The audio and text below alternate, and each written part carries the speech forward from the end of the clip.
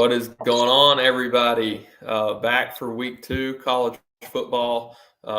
After quite a wild week 1 trying to get a hold of all these teams.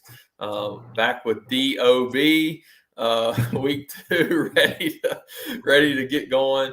If you guys have any questions, feel free to drop them into the chat and we'll get to them. Two sets of eyes on the questions always helps. We're going to go game by game, try to go as quick as we can. Lock coming up here in a few hours. One last day, one last college football slate before the main NFL. I know everybody's pumped for that tomorrow.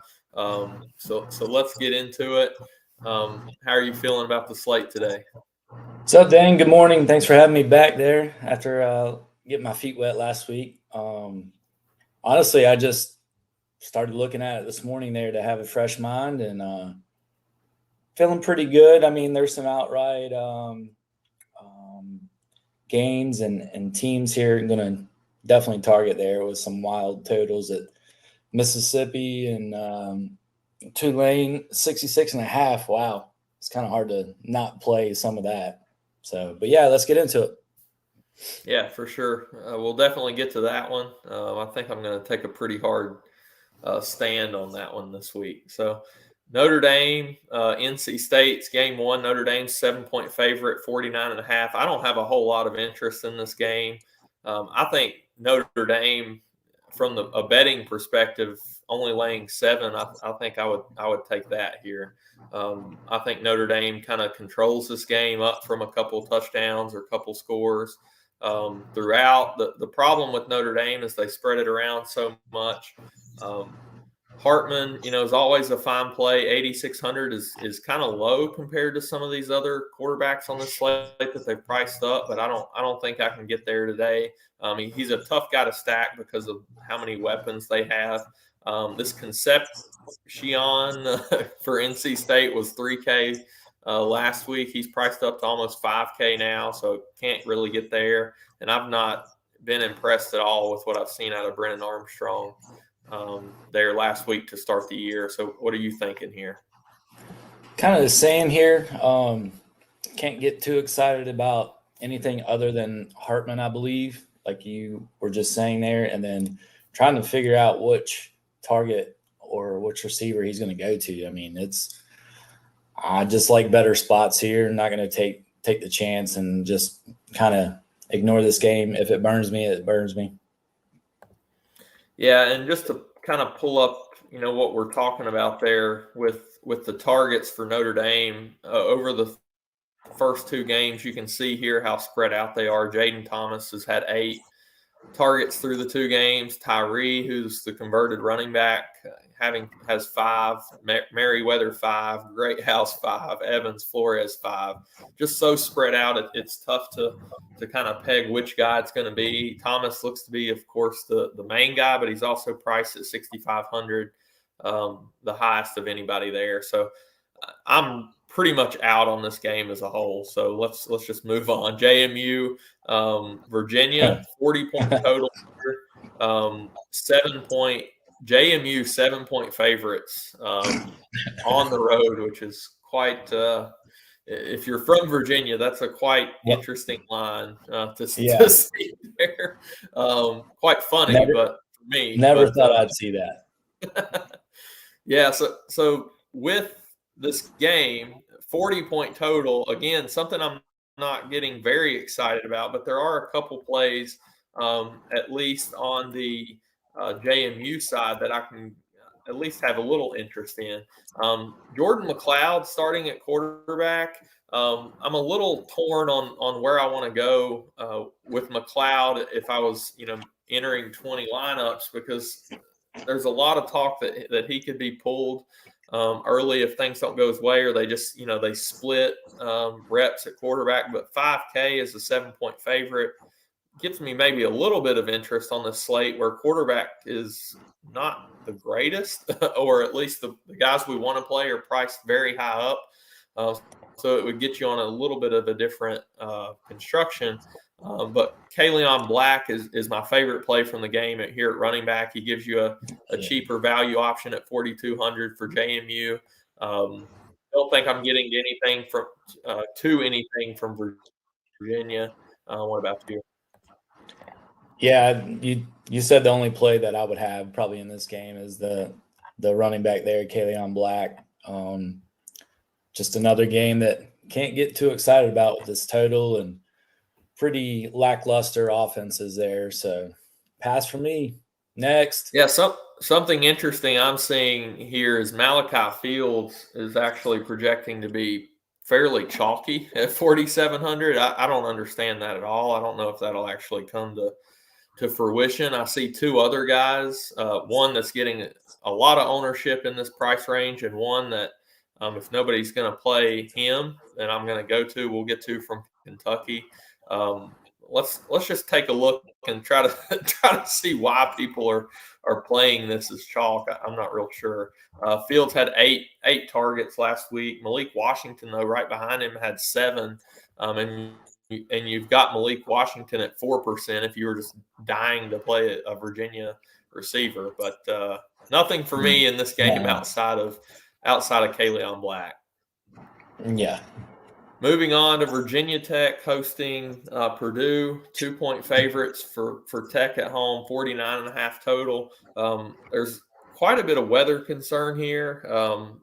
Thunderstorms, pretty bad ones, are supposed to roll in here about 1 o'clock, an hour into this game, so not even half time. So not sure how to really treat that. I think it has to be a tick down to the passing game, but we've not really seen a move in the total, which I'm kind of surprised with. I thought that would start ticking down a little bit more from 49.5.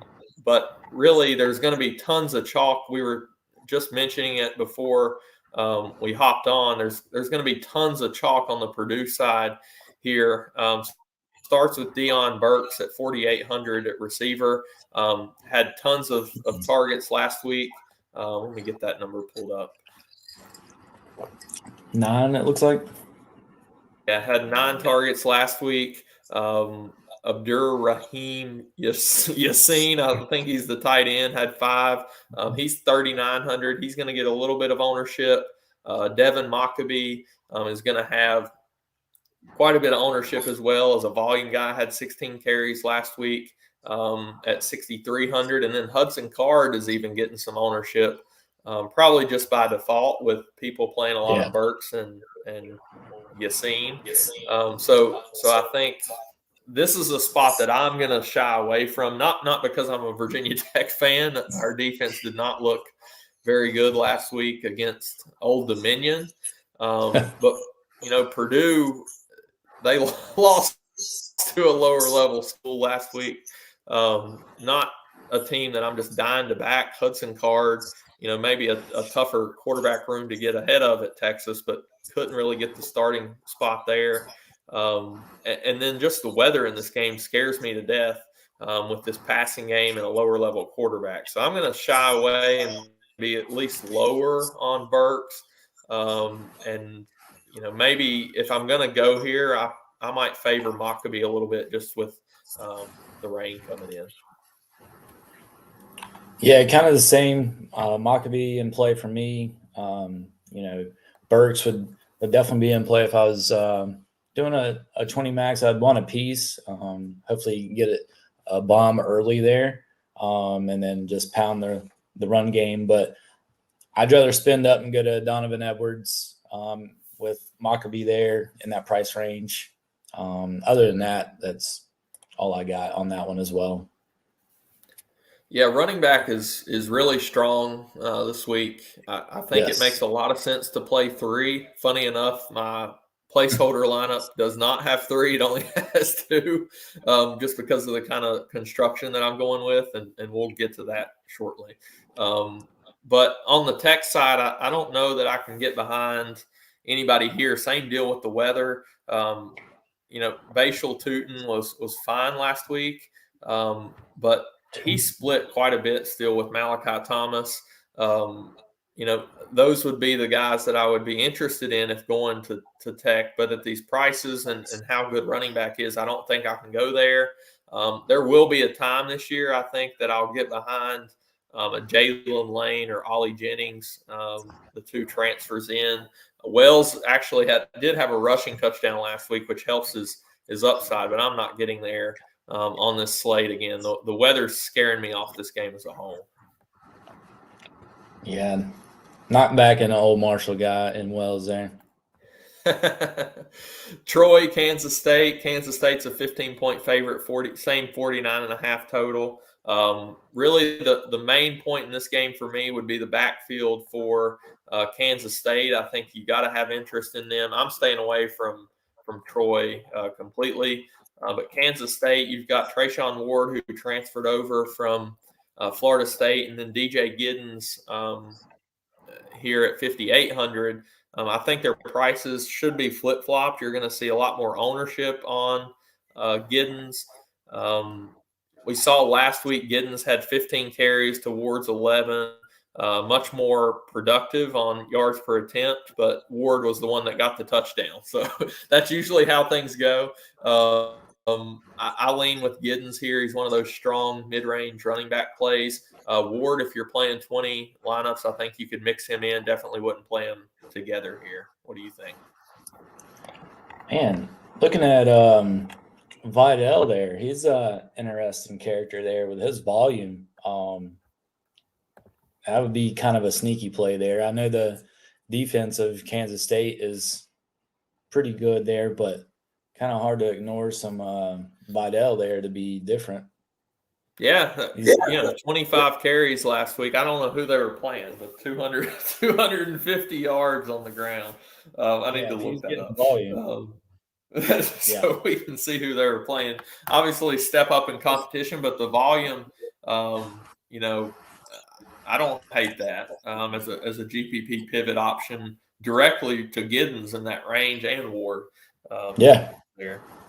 I mean, he's going to be less owned than them. Definitely GPP play, like you said there. Just volume wise, I mean, getting that many touches, if he breaks one, he pays for himself there, and you're going to be different in leverage. So, yeah, good call. Yeah, they played Stephen F. Austin last week. But he's the main guy in that backfield. Watson at quarterback doesn't run. Lovett looks like, I think he was the Baylor transfer there. He got 6 carries. Jarris Williams had 6 carries.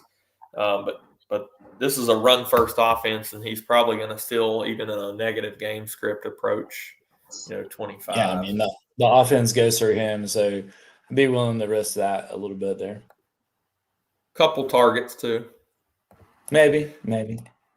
What do you think about this Kansas State backfield? Giddens versus Ward.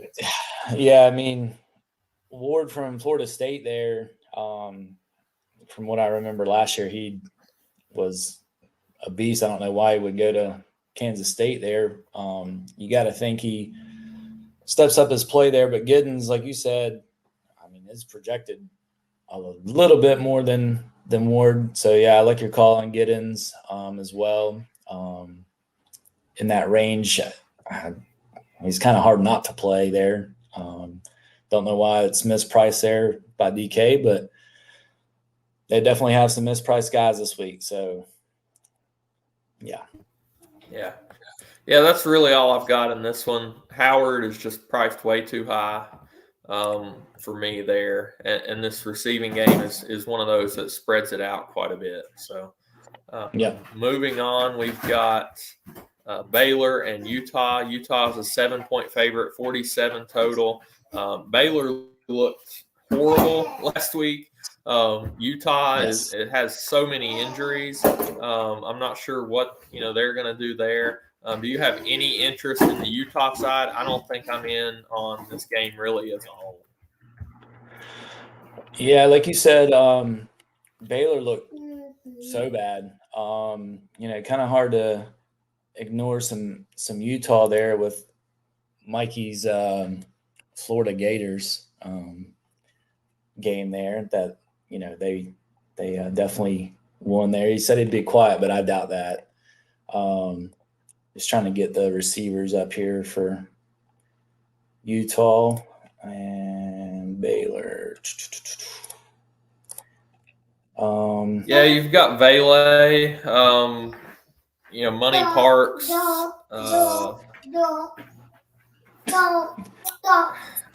I don't think I can really get behind anything with just the quarterback situation. Yeah, I think you're going to have a lot of mix there, and don't think until they get healthy. I don't think I can really get there. No, he's doubtful. Okay. Keithy is still questionable as well. So maybe you could get behind a Yassine there. He projects pretty well for 3,600. That's really about all I've got. Barnes looks to be the main guy at quarterback for Utah, but I think we see some rotation still here. So really, in this entire game, it's really a seam or pass probably for me. Yeah, that's about all I got on that one too. Not too big of a fan of that one. All right. Nebraska, Colorado. This is, of course, the game that everybody's talking about. We had Prime last week, and the Crew get the win. Big scoring output there. Colorado's a 2.5-point favorite, 58 total. One of the higher on the slate here. What do you got on either side? Yeah, definitely the game of the week. Just getting these sorted out here real quick, but more talk on this game than pro games and any other game. Like you said, I'm just tired of honestly hearing about it at this point. Just get it over with. Kind of hard to ignore. Travis Hunter's, looked like the real deal for the first week there. And,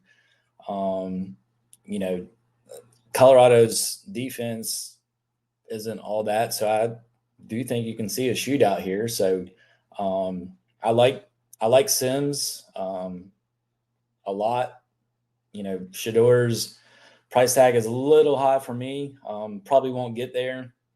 And then, Jimmy Horn. I like Billy Kemp to pair him with,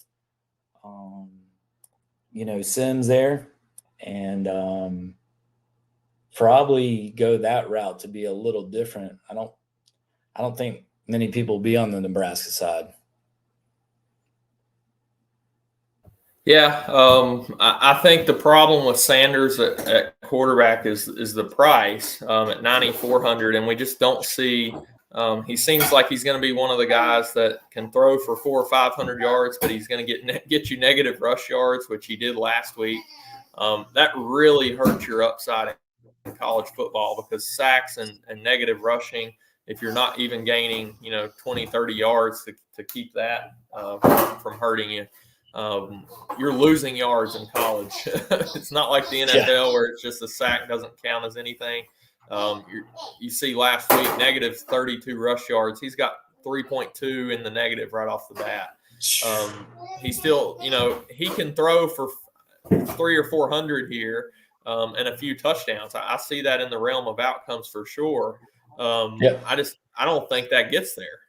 We're going to get to another quarterback in his range that I think outdoes that if he's not having any rushing ability at all. Jeff Sims, you mentioned on the other side for Nebraska, he's going to be so chalk, and it's all because of the rushing. 7,200 projects very well. I mean, he's probably going to be over 50% on. 91 rush yards last week. He threw 3 picks on 19 attempts. That's Jeff Sims. We saw it at Georgia Tech. Obviously, they didn't throw it quite as much. I feel like that offense probably suited it better down there. But it is what it is. He is now at Nebraska. I think if you're playing Sims, you probably are playing him without stacking. I don't see any receivers that I'm interested in, really. Billy Kemp transferred over from Virginia. Marcus Washington are his top two guys. I just don't have any interest there. Now, on the Colorado side, outside of Sanders, even if I'm not stacking, I have tons of interest in the receivers.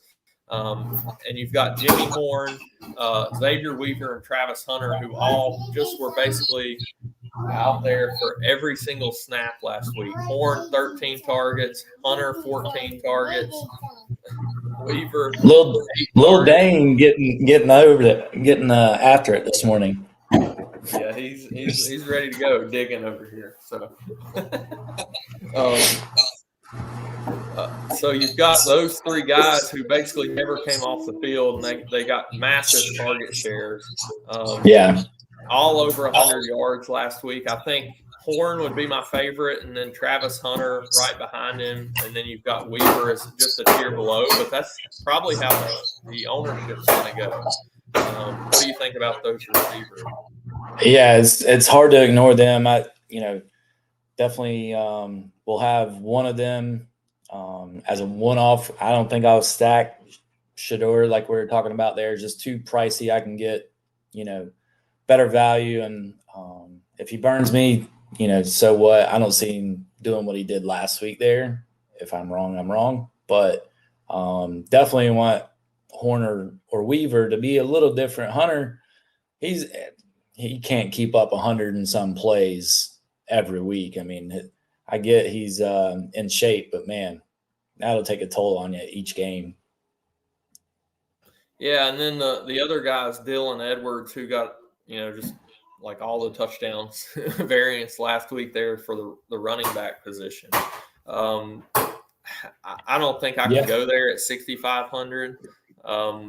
He was in the 3Ks last week, up now 3K just with all the touchdowns he got last week. So really, for me in this game, it's Sims if you want to go to that side. I'll probably be underweight.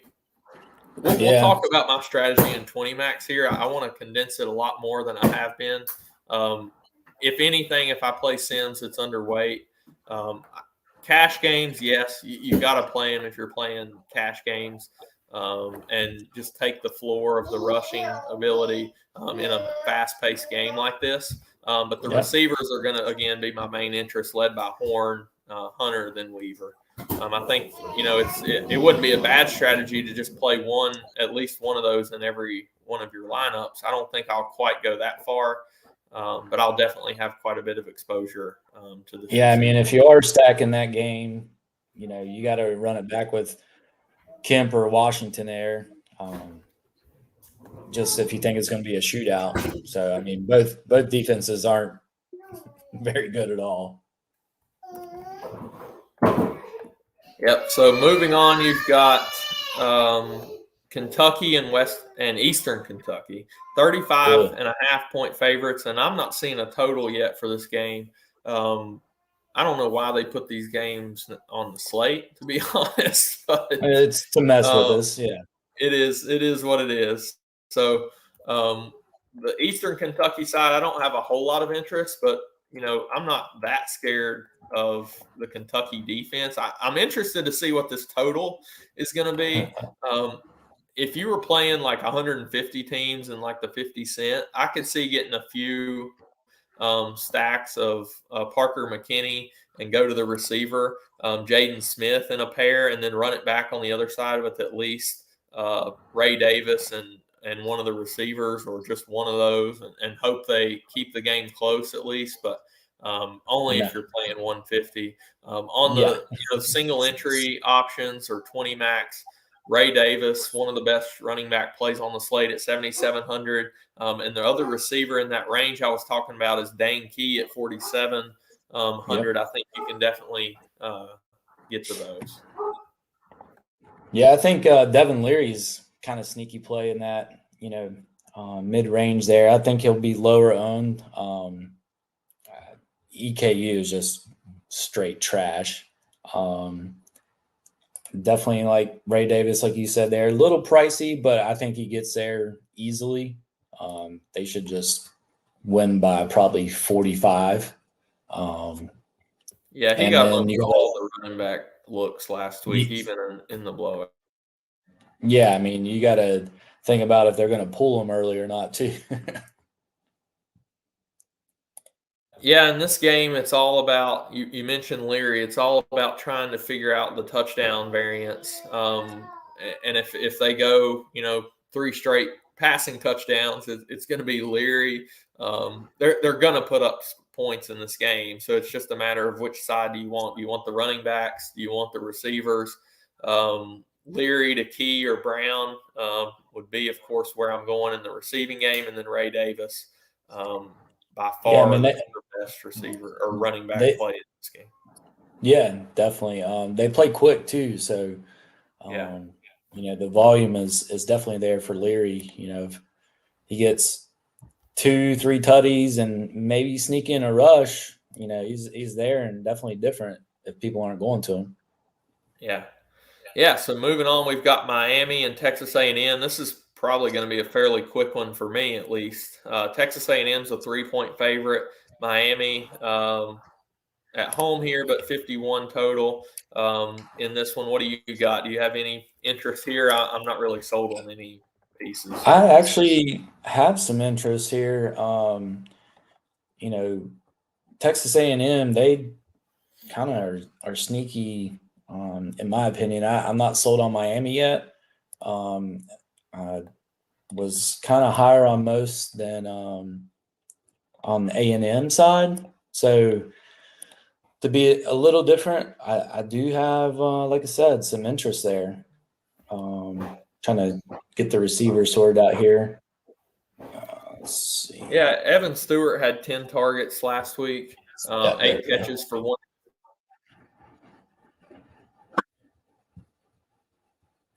Was that? Oh, you muted. Yeah, it was Evan Stewart had 10 targets last week. Kind of hard to George that. Miami side had 7. Yeah, I definitely like some Stewart or Thomas there. I don't know how I'll build, but Wegman, yeah, he's a little pricey. I don't know if I'll get to him there on my single entry, but I would definitely want a piece of him or Stewart. If building the 20 max, I think they have the potential to go off there. They play quick, and like I said, I'm not sold on Miami. So,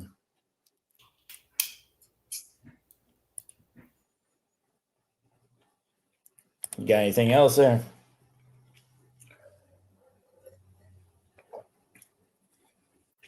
Dan, you muted? I think he's froze.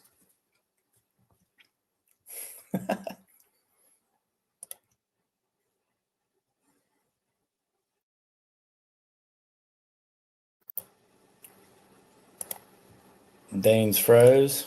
Okay.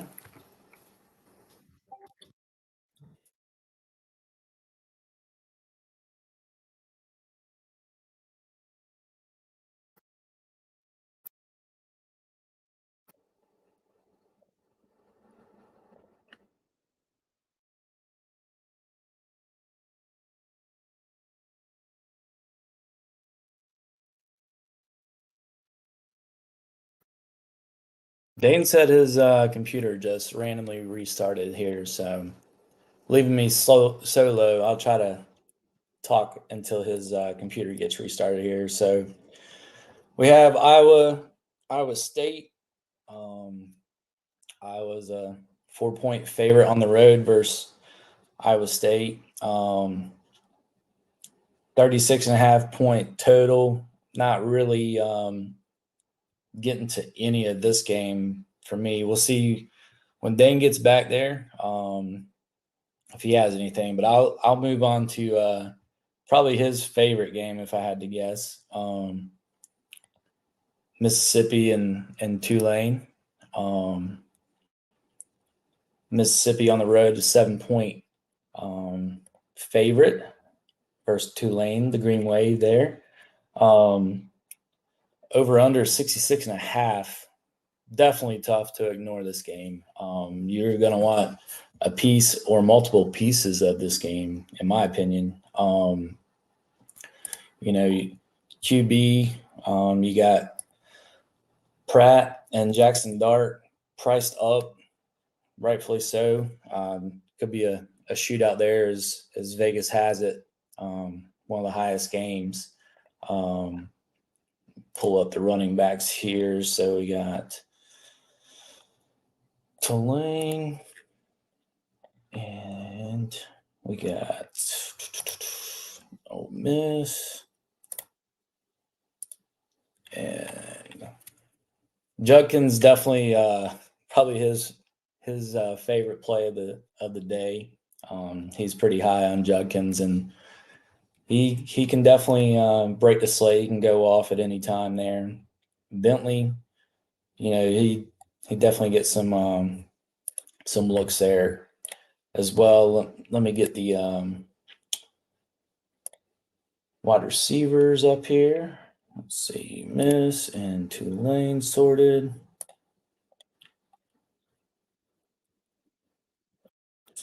All right.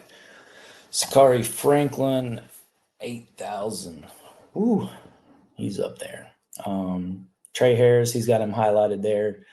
Hard to ignore him. You're going to want to pair him with Dart if playing or stacking that. So him and Judkins and Dart would be a little stack there. Tulane, let's see. Let's look at their targets. Looks like Jaquan Jackson had 2 touchdowns, 3 receptions, 106 yards. Wow. All right. Got some bombs there. So, he's back. I'm back. I was trying to go ahead there and try to keep it rolling there. I kind of skipped the Iowa State. Wasn't really, wanting any piece of that, and then was just kind of breaking down probably your favorite game, like I was saying, on Ole Miss and Tulane. So I'll let you chime in there. Yeah, there's really only one play back on the Iowa game. We'll go back to that afterwards. I'm hearing some echo. Is that coming from me?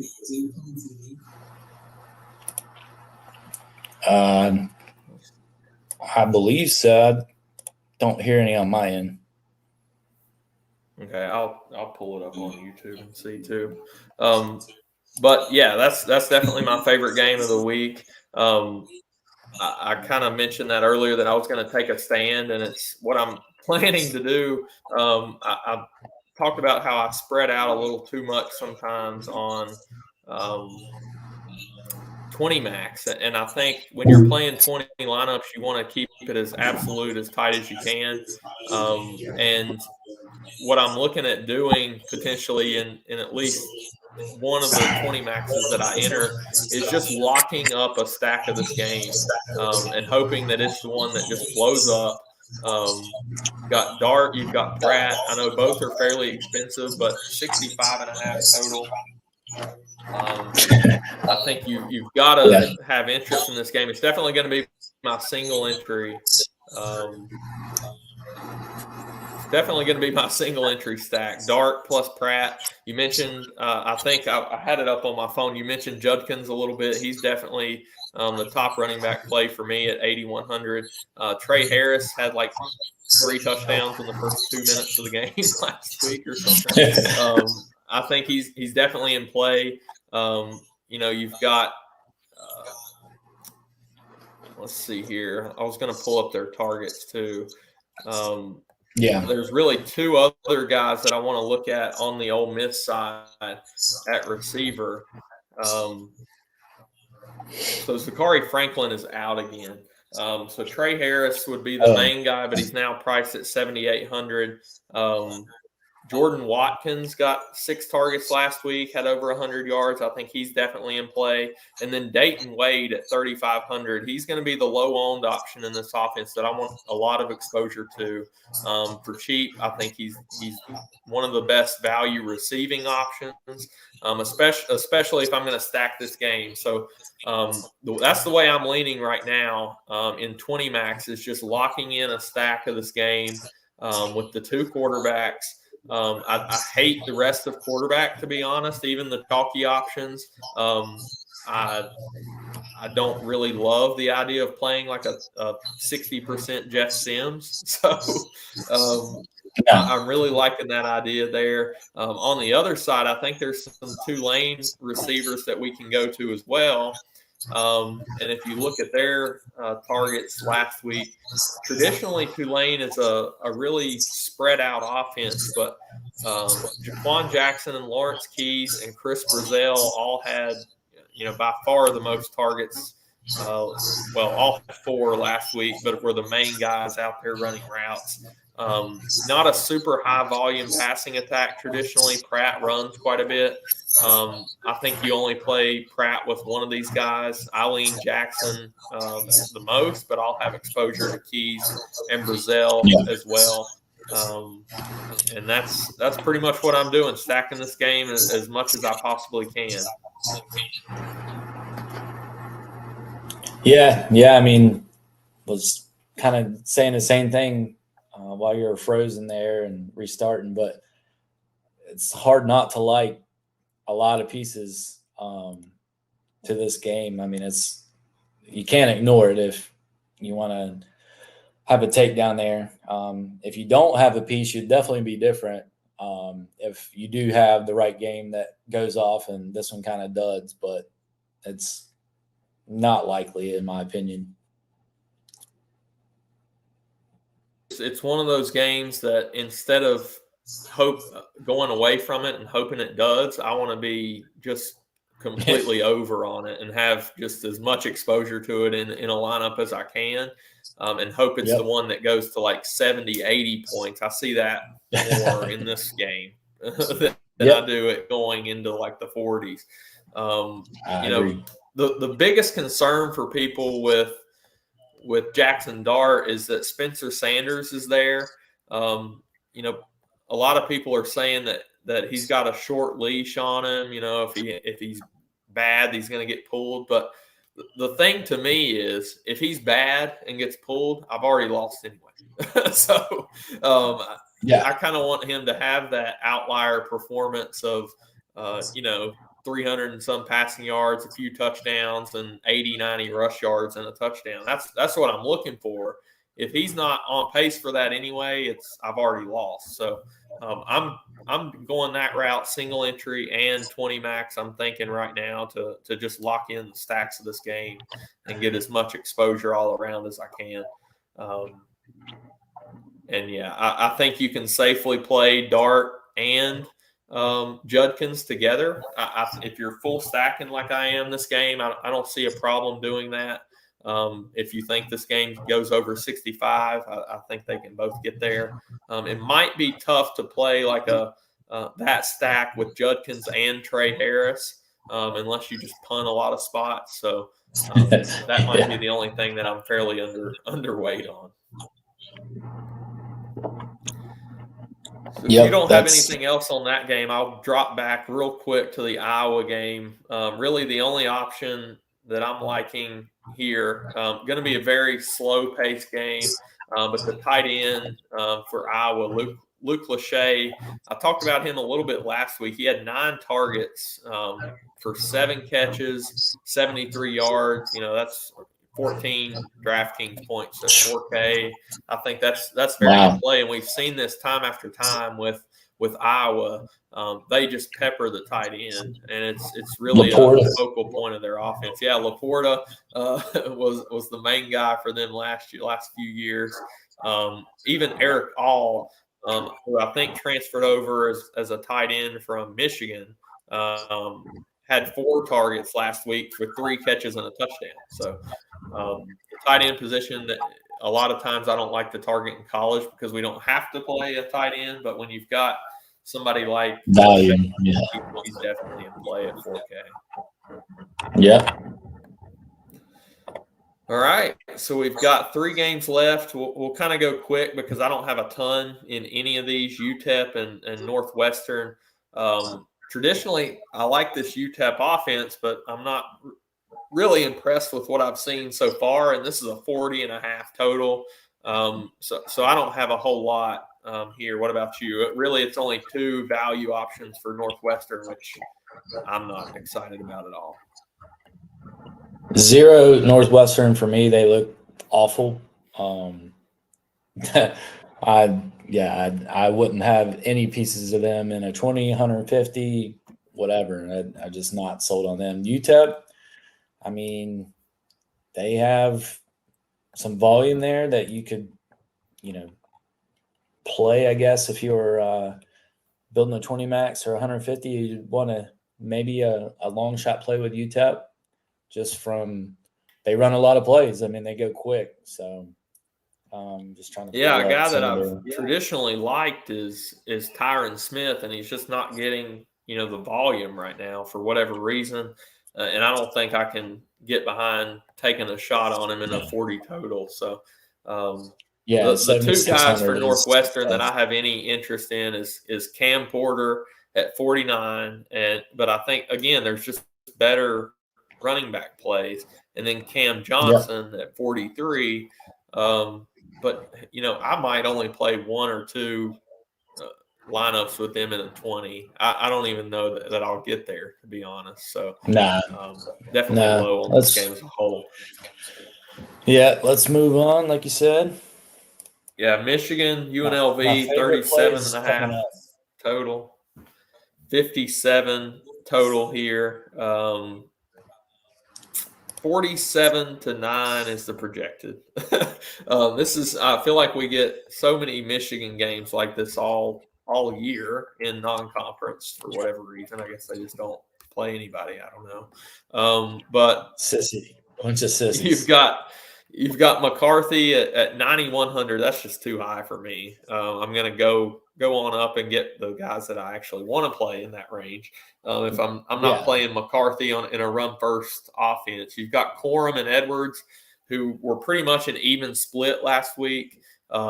Edwards with 12 carries, Corum with 10.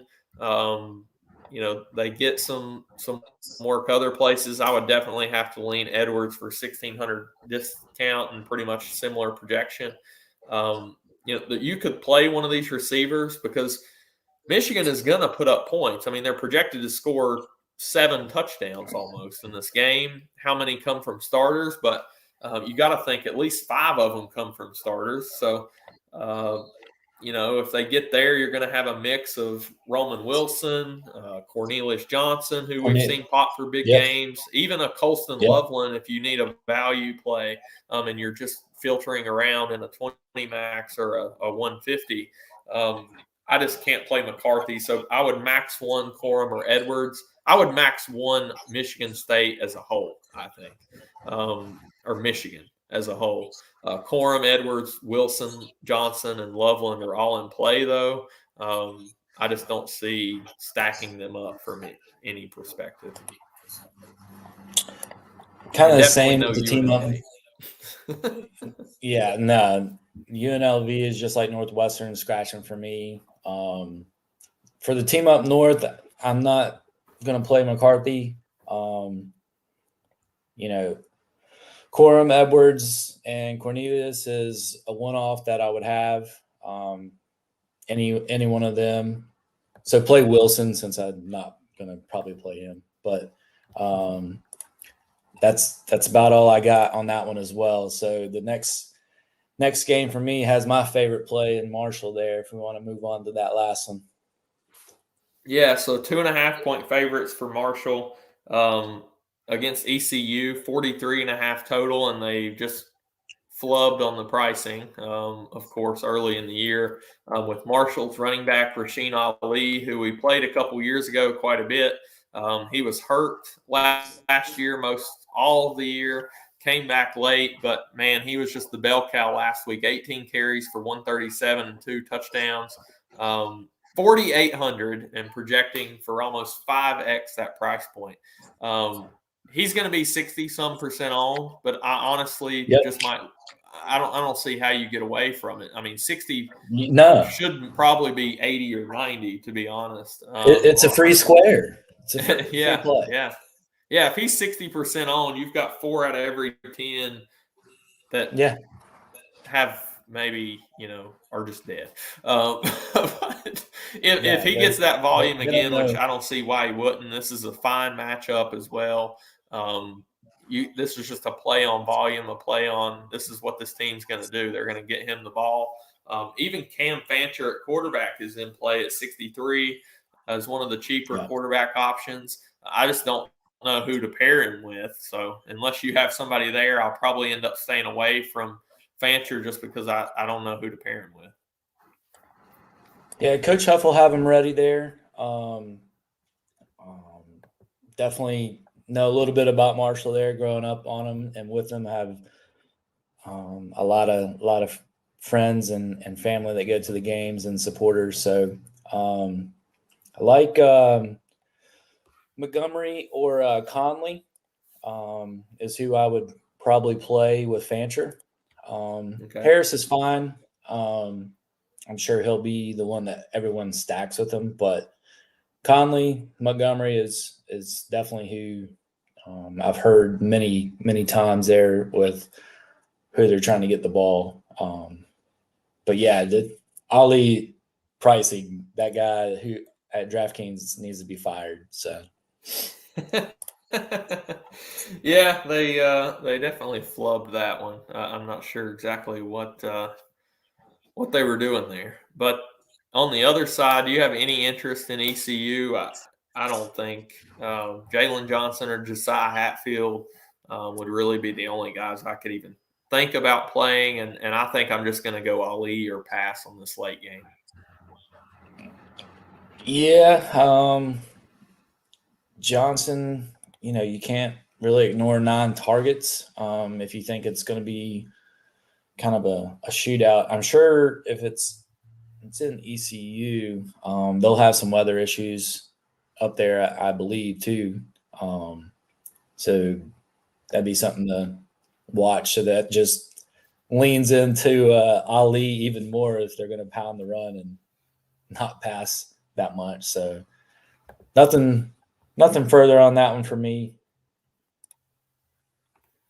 Yeah, so last thing, we kind of did this last week, but I'll just kind of open it up to the entire pool. Who would be your favorite tournament target? Just like maybe a fairly lower owned option at any position.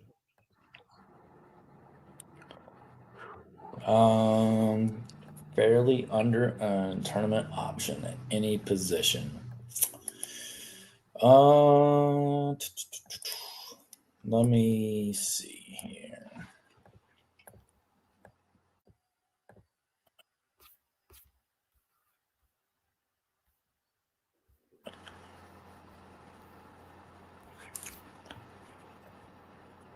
I think I'm going to go back to Connor Wegman, quarterback, A&M. I think he could get there with a shootout and be kind of lower owned. I mean, 27, 28 projected total points. I mean, they got to get there through him. So I'll go with him this week.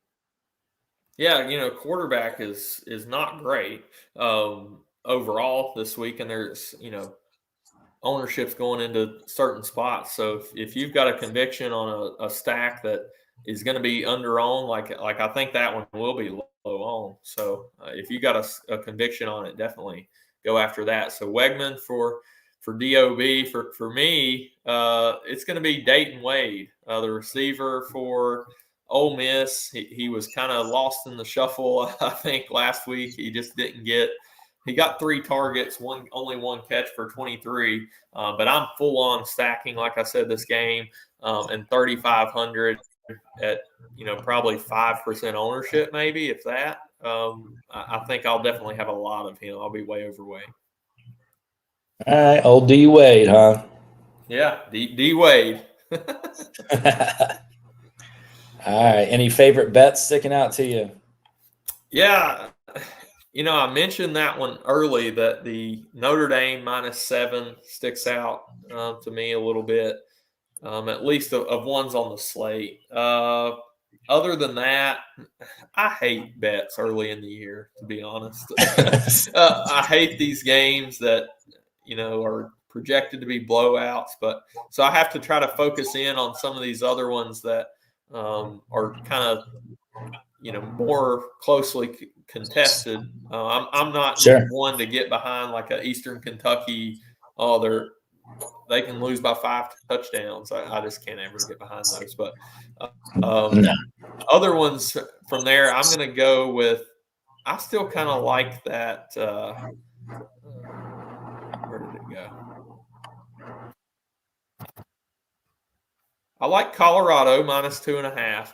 I think being at home as a short dog is kind of, or a short favorite is somebody that I usually like to get behind. And I just don't think Jeff Sims is a guy that can take advantage of the bad part of this Colorado team, which is the defense outside of one player on the defensive end for them. So I'm going to get behind Dion again and say that he's got this team ready for at least the minus 2.5. I could even see it going over the 58. Yeah. Because I think both teams will score a little bit. It's just, do you have any favorite bets? I actually like that over a lot in that one, and over in the A&M Miami. I think they both get there.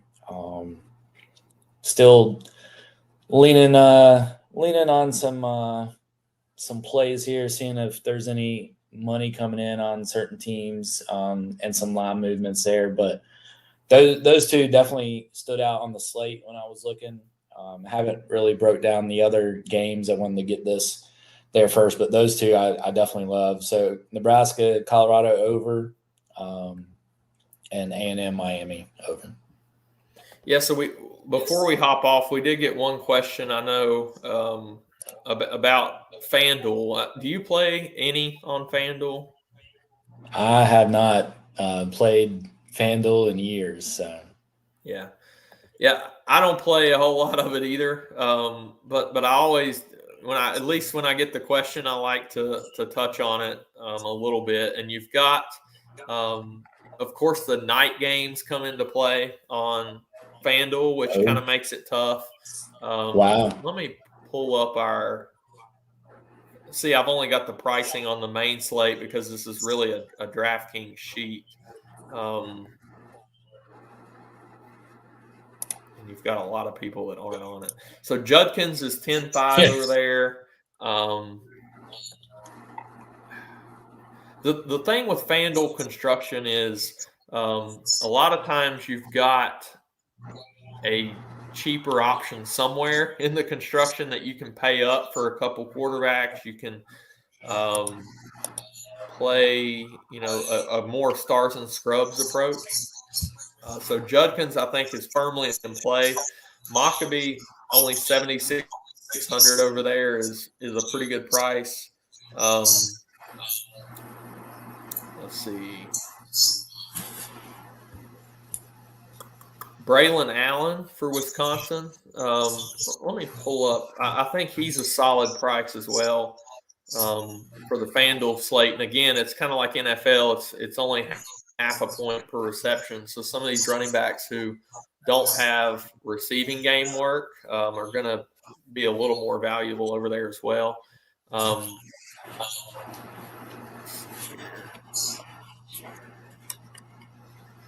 Yeah, FanDuel's a little tougher to look at here. I'm trying to sort them as well. Yeah, these late games is what always throws me off on them. Braylon Allen's 10K. So, I think those are definitely the two top options at running back as far as the high price guys. You do have North Carolina on the slate. British Brooks was solid last week for them. I think he's in play. He went over 100 yards and had a few catches as well. They're playing App State today.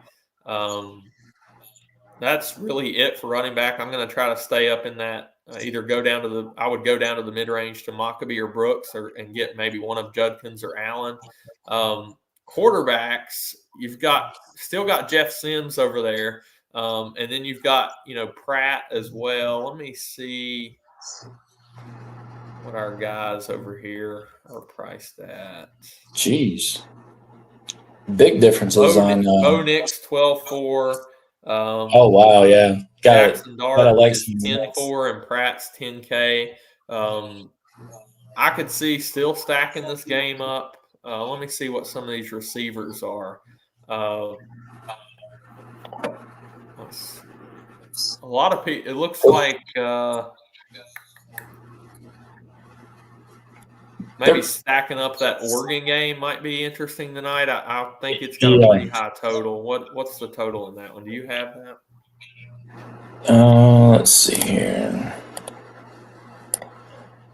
Yeah, I definitely like some Oregon if they're on there. Oregon, let's see.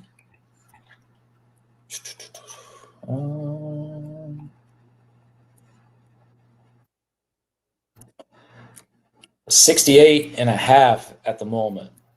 Yeah, so yeah, I see stacking that game up. Shuck at 9,400, and if you can get the Bo Nix at 12-4, go for it. You've got Jaron Bradley in that game at receiver for Texas Tech.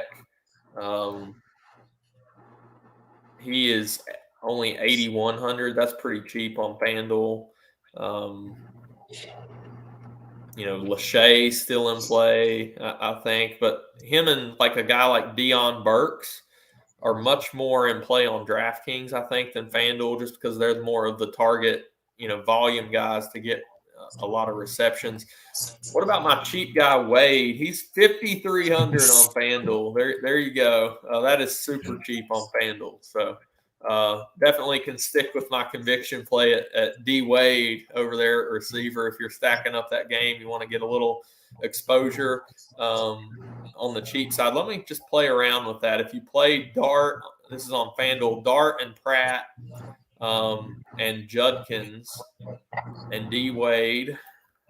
This guy is sold on D Wade today. I'm very sold on D Wade.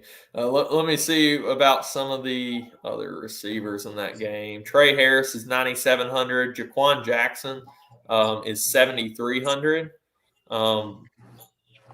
Leaves you 8,250 for two spots. Yeah, you can definitely stack that game up on FanDuel too. So same thoughts there. You can go down into that mid-range at running back like I was talking about with a Maccabee or British Brooks. And then you've got 8,900 for your final spot at receiver. And that leaves you in the range of, yep, I might have to throw this team in there. So just to kind of talk about what that core is over there on FanDuel would be Dart plus Pratt still, Judkins, D Wade, Jaquan Jackson, and then you've got one of those two mid-range running backs I talked about, Maccabee or British Brooks, and then where that leaves you at receiver is either You Deion forgot Brooks, Ali. Jimmy Horn, Kobe Paytor for North Carolina, Travis Hunter, Jaron Bradley. It leaves you basically any option at receiver. You forgot Ali, Dane. I don't even think is he on the slate on FanDuel? I don't know if that game's on the slate. No, it's not. Well, you can't play him over there. Oh, I do have one bet for tonight. I was just looking at the games, so I'm hoping the line is still what it was last night. Let me make sure. UCLA. No.